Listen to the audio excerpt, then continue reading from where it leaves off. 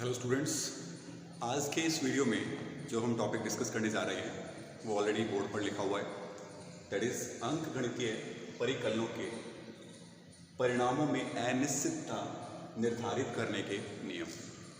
इससे पहले last video में हमने सार्थक अंक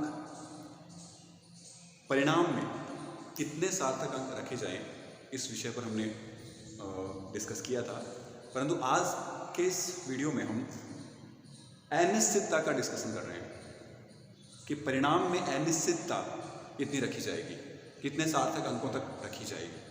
तो यानी ये जो वीडियो है वो त्रुटि से संबंधित है। परिणाम में त्रुटि किस प्रकार से हम एडजस्ट करते हैं, तो इसको हम एग्जाम्पल से समझ रहे हैं। फर्स्ट ऑफ ऑल हम ले रहे हैं कि मान लीजिए फर्स्ट नियम इसका है कि मान लो हमारे पास एक आयताकार शीट है, इसकी लंबाई और चौड़ाई, इसकी लंबाई मान लीजिए 16.2 सेंटीमीटर और इसकी जो चौड़ाई है वो 10.1 सेंटीमीटर। एक आयताकार शीट की लंबाई और चौड़ाई हमें दी गई है।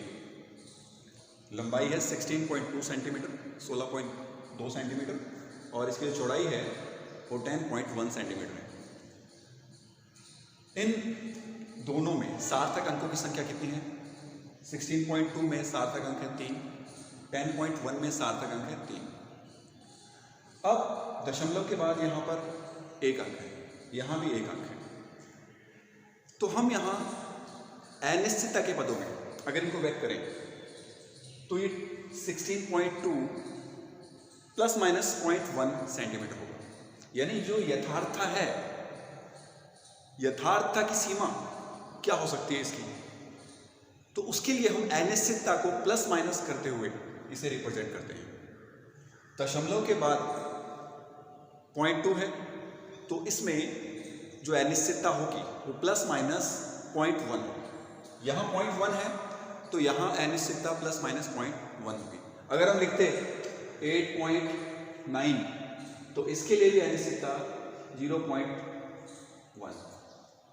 यानी दशमलव के बाद कितने अंक हैं उससे संबंधित यहाँ न्यूनतम अंक लिखा जाता है। इसको आगे डिस्कस कर लेंगे और परंतु इसके लिए लंबाई और चौड़ाई के लिए इसे यथार्थता के पदों में कितनी यथार्थता है अगर इसे व्यक्त करें तो वो 16.2 प्लस माइनस 0.1 सेंटीमीटर होगा और यहाँ पर 10.1 प्लस माइनस 0.1 सेंटीमीटर होगा। तो देखिए ये तो है L और ये है B, करेक्ट। तो L को हम लिखेंगे 16.2 प्लस माइनस 0.1 सेंटीमीटर,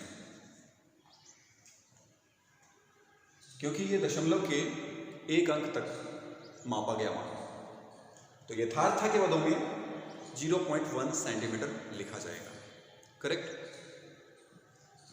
अब अगर हम त्रुटि देखें कि इस मान में कितनी त्रुटि हो सकती है, प्रतिशत त्रुटि, तो आपेक्षिक त्रुटि अगर हम देखें तो 0.1 डिवाइडेड बाई 16.2 अगर हम करें, 0.1 डिवाइडेड बाई 16.2 इंटू 100 अगर हम करते हैं तो ये त्रुटि कितनी होगी?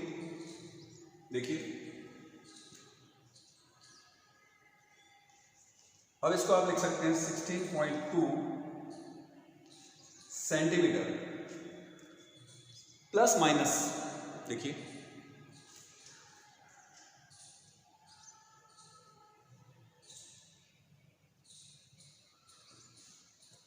0.6%।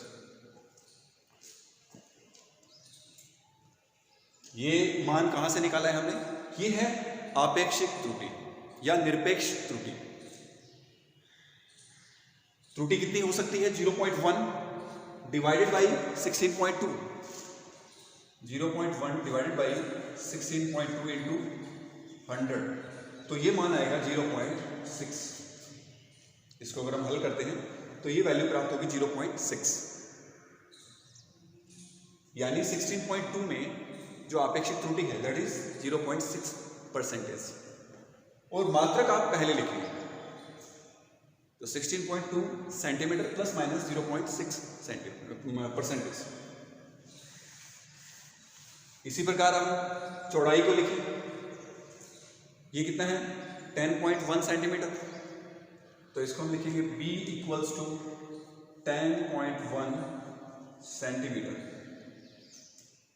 अनिश्चितता के पदों में इसे किस प्रकार व्यक्त करेंगे, प्लस माइनस 0.1 सेंटीमीटर। एक साथ लिखेंगे इसको, या 10.1 प्लस माइनस 0.1 सेंटीमीटर, करेक्ट।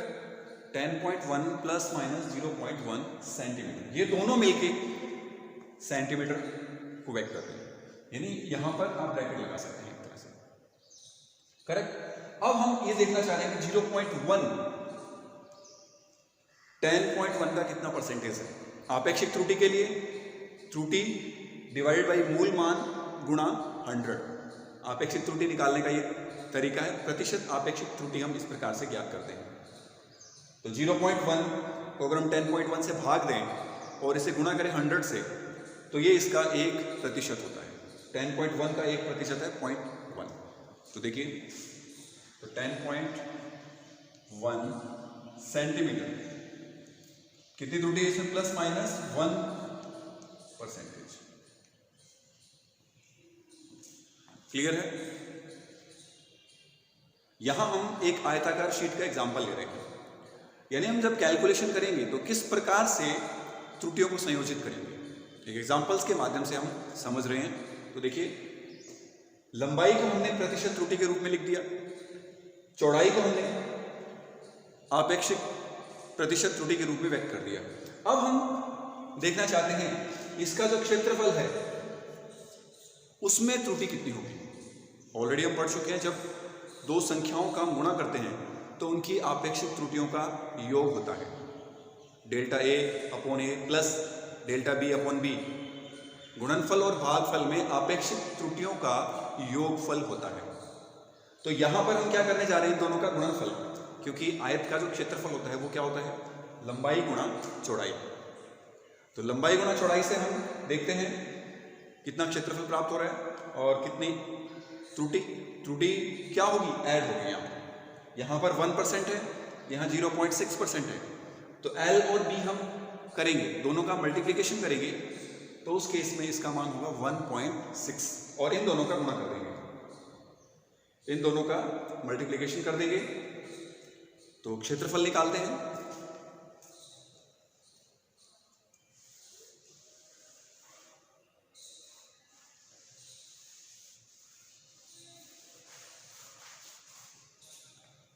क्षेत्रफल ये होगा L गुणा B इक्वल्स टू, इन दोनों का गुणनफल करेंगे 163.62 प्लस माइनस 1.6%।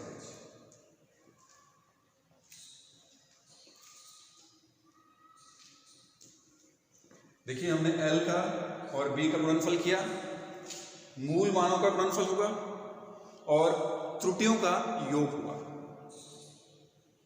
गुणनफल और भागफल में त्रुटि हम पढ़ चुके हैं, वहां पर आपेक्षिक त्रुटियों का योग होता है। तो हमने क्या किया, 1 प्लस 0.6 यानी 1.6% यहां लिख दिया है। क्लियर है। अब हम लिखेंगे कि ये मान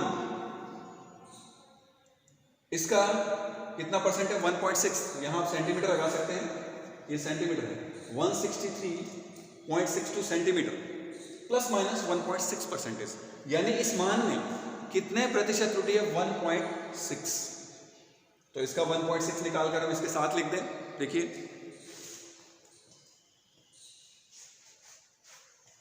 यहां पे ये होगा centimetre plus minus 1.6।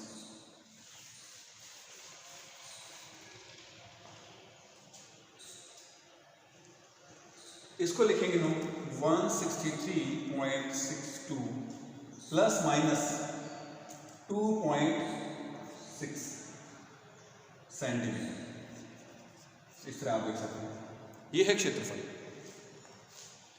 163.62 plus minus 2.6, अब ये 2.6 कहाँ से आया? 163.62 गुणा 1.6 परसेंटेज है तो 1/100। इसको अगर हम हल करते हैं तो इसका मान प्राप्त होता है 2.6। अब ये परसेंटेज में नहीं है क्योंकि इसका जो 1.6% है उसका मान है 2.6। तो यानी अब क्षेत्रफल में इतनी अनिश्चितता है, इतनी त्रुटि है। ये मान के रूप में है, प्रतिशत के रूप में नहीं है। यहां ये आपेक्षिक त्रुटि थी, प्रतिशत आपेक्षिक त्रुटि, परंतु यहां पर कितनी त्रुटि है वो उसका मान है 2.6। अब इसके बाद हमें क्या करना है? देखिए L और B में हमने प्रतिशत त्रुटि निकाली, गुणनफल किया, मूल संख्याओं का गुणा किया, ये मान प्राप्त हुआ। फिर हमने आपेक्षिक त्रुटियों का योग किया, इसका 1.6% 2.6 प्राप्त होता है। करेक्ट। अब देखिए इस मान को किस प्रकार से व्यक्त किया जाएगा। आपने जो मूल संख्याएं ली थी लंबाई और चौड़ाई में, उनमें सार्थक अंकों की संख्या कितनी थी? 3, 10.1 और हमने लिया था 16.2। दो मान लिए थे हमने L और B, यानी गुणनफल में भाग लेने वाली संख्याओं में सार्थक अंक कितने थे? 3 थे। एक तो आपने लिया था 16.2 और 10.1, ये लंबाई है और ये चौड़ाई है। दोनों में सार्थक अंक कितने हैं? 1 2 3 1 2 3। दोनों में सार्थक अंकों की संख्या है 3 3। तो अब प्राप्त परिणाम में भी सार्थक अंकों की संख्या 3 से अधिक नहीं रखी जा सकती है। ये नियम आपको पहले बताया था। अब यहां पर सार्थक अंक कितने हैं? 1 2 3 4 5। प्राप्त परिणाम में जो सार्थक अंक हमें रखने हैं वो गुणनफल में भाग लेने वाले, संक्रिया करने वाले जो अंक है या संख्याएं हैं, उनमें सार्थक अंक कितने हैं, उस आधार पर यहां सार्थक अंकों का निर्धारण होता है। तो यहां अगर हम देखें 3 सार्थक अंक है तो परिणाम में भी 3 सार्थक अंक आपको रखने होंगे। तो देखिए इसको हम लिखेंगे, अगर इसका पूर्णांकन कर दें 5 से अधिक है तो इसको 164 पूर्णांकन करेंगे और इसको लिख देंगे हम ±3 सेंटीमीटर। क्लियर है? तो यहां पर हमने क्या किया? गुणनफल किया, गुणनफल में अनिश्चितताएं लेते हुए प्राप्त परिणाम में अनिश्चितता का निर्धारण किया है। तो यहां हमने 2 चीजें एक साथ देखी, एक तो त्रुटि और साथ में सार्थक अंक। 2 पॉइंट्स हमने एक साथ यहां पर क्लियर किए हैं। कितने सार्थक अंक रखने हैं प्लस त्रुटियों का संयोजन किस प्रकार से होगा। तो यहां हमें अंत में पूर्णांकन करना होता है। क्लियर है? सेकंड नियम,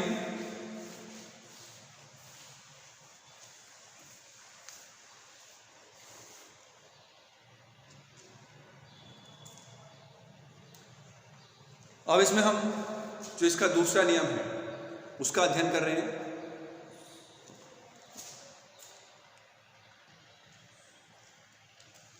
सेकंड पॉइंट इसमें जो हम डिस्कस कर रहे हैं वो ये है कि जो आपेक्षिक त्रुटि है उसका मान सार्थक अंकों के साथ साथ उस संख्या पर भी निर्भर करता है। देखिए किस प्रकार से, हमारे पास 2 संख्याएं हैं 1.02, इसमें अनिश्चितता 0.01। जैसे मान लीजिए ये एक लंबाई है 1.02 सेंटीमीटर और इसमें जो अनिश्चितता है 0.01 ये सेंटीमीटर है। और एक दूसरी संख्या है 9.89, इसमें भी अनिश्चितता 0.01 सेंटीमीटर है। दोनों में, यहां से आप देखें, दोनों में जो अनिश्चितताएं हैं वो समान है, 0.01, 0.01। अब इनमें जो प्रतिशत आपेक्षिक त्रुटि है वो समान नहीं होगी। तो ये किस पर निर्भर करता है? इस संख्या पर। जो मूल संख्या हम ले रहे हैं उस संख्या में सार्थक अंक और वो संख्या कितनी बड़ी है उस आधार पर निर्धारण होता है। तो देखिए, अगर हम प्रतिशत में निकालें इन दोनों के लिए, इसको अगर हम लिखते हैं तो ये है इसका 1%। अगर हम इसको लिखें तो ये 1.02 सेंटीमीटर प्लस माइनस 1%। क्लियर है? अब इसके लिए अगर हम यही प्रतिशत निकालें, यानी ये हमने किस प्रकार से निकाला है, 0.01 में हमने भाग दिया 1.02 का, इंटू 100 किया, तो उसके बाद में ये आपेक्षिक त्रुटि प्राप्त हो गई। अब इसमें देखें 9.89 में, तो 9.89 प्लस माइनस 0.1, तो इसको हम याद करें 0.01 डिवाइडेड बाई 9.89 इंटू 100, तो ये मान 9.89 सेंटीमीटर प्लस माइनस ये प्राप्त होगा 0.1%।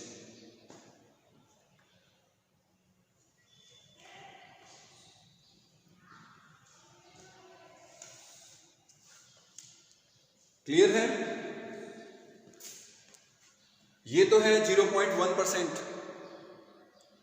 और ये है 0.0 ये है 1% और यहां है 0.1%।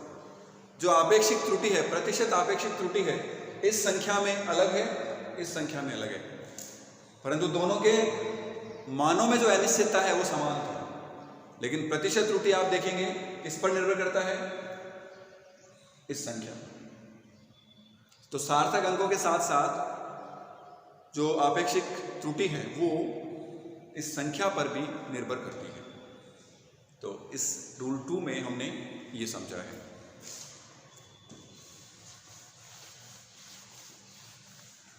इसमें हम वो भी डिस्कस कर सकते हैं जैसा कि आपके बुक में दिया हुआ है। लास्ट वीडियो में हमने जो टॉपिक डिस्कस किया है वो आपका पॉइंट 3, यानी संक्रिया में भाग लेने वाली जो संख्याएं हैं उनमें सार्थक अंकों के आधार पर हम परिणाम में सार्थक अंक निर्धारित करते हैं। तो गुणा और भाग के लिए अलग नियम था, योग और व्याकलन के लिए अलग नियम था।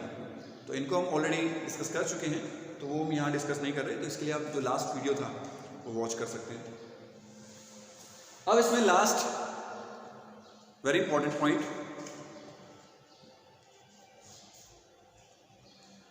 यहां हम मल्टीपल कैलकुलेशन कर रहे हो। जैसे मान लीजिए एक स्टेप, फिर दूसरा स्टेप, फिर तीसरा स्टेप। अगर हम इस प्रकार से कैलकुलेशन करें, दो संख्याएं दी गई है, उनका हम कंटिन्यूअस उनको कैलकुलेट कर रहे हैं, कंटिन्यूअसली उनका कैलकुलेशन कर रहे हैं, तो सार्थक अंक मध्यवर्ती स्टेप्स जो हैं उनमें जो सार्थक अंक हमें रखने हैं उसमें एक की वृद्धि करनी होती है। देखिए किस प्रकार से एग्जांपल के माध्यम से समझते हैं।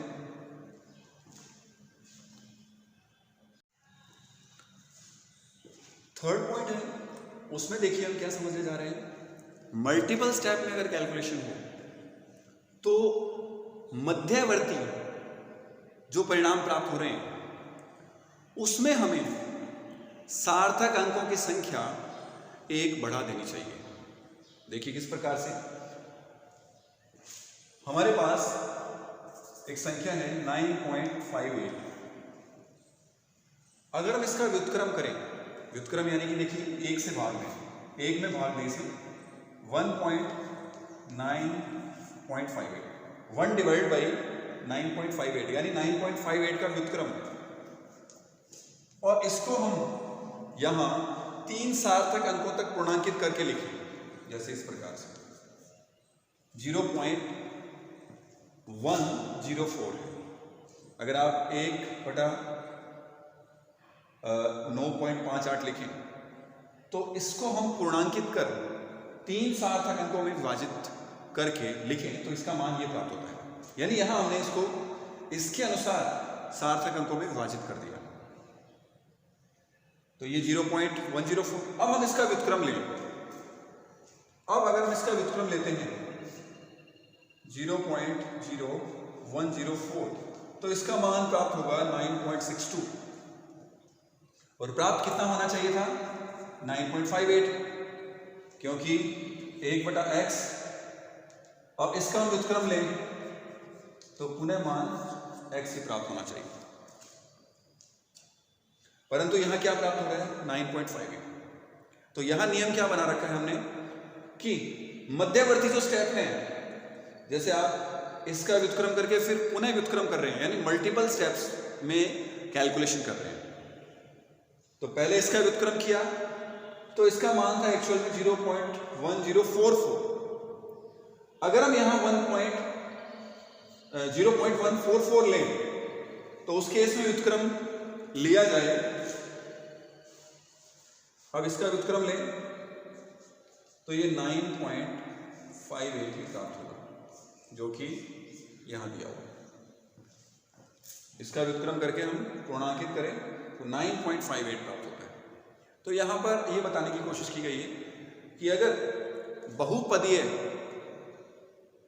परिकलन करना हो यानी मल्टीपल स्टेप्स में कैलकुलेशन हो तो मध्यवर्ती जो स्टेप है उसमें यहां जो परिशुद्ध संख्या है उसमें सार्थक अंकों से एक अधिक हम रखते हैं। जैसे यहाँ 3 है तो यहाँ 4 सार्थक है। ठीक है, तो इस प्रकार हम इसका पूर्णांकन करते हुए वही संख्या प्राप्त कर सकते हैं 9.58। That's correct. तो ये लास्ट टॉपिक था इस चैप्टर का। इसके बाद हम न्यूमेरिकल स्टार्ट करेंगे। तो हमारा टॉपिक था अंकगणितीय परिकलनों के परिणामों में अनिश्चितता निर्धारण करने के नियम। अनिश्चितता यानी यहाँ हमने त्रुटि और सार्थक अंक दोनों का डिस्कशन किया है। तो लास्ट वीडियो में हमने परिणाम में कितने सार्थक अंक रखने चाहिए ये डिस्कस किया था, और यहाँ हमने त्रुटि और सार्थक अंक दोनों को एक साथ लेते हुए परिणाम को डिस्कस किया है। तो होपफुली इस वीडियो में ये टॉपिक आपको क्लियर है। Thank you.